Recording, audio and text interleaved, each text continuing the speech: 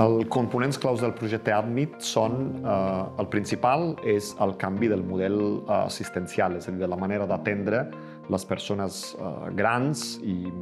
no tan grans amb necessitats socials i de salut complexes. Després hi ha una component tecnològica que però és d'alguna manera funcional, no? Ha d'ajudar al desplegament del model assistencial. També hi ha una part de codisseny amb les persones, és a dir, que volem que els professionals i les mateixes persones grans usuàries i els seus cuidadors participin en codissenyar les solucions del model assistencial i la tecnologia, i també hi ha tota una avaluació que té en compte tant l'impacte quantitatiu, numèric, però també una mica l'experiència dels professionals, l'experiència de les persones i com s'ha implementat tot el model. A nivell del model assistencial hi ha uns punts clau que són, per un costat, una valoració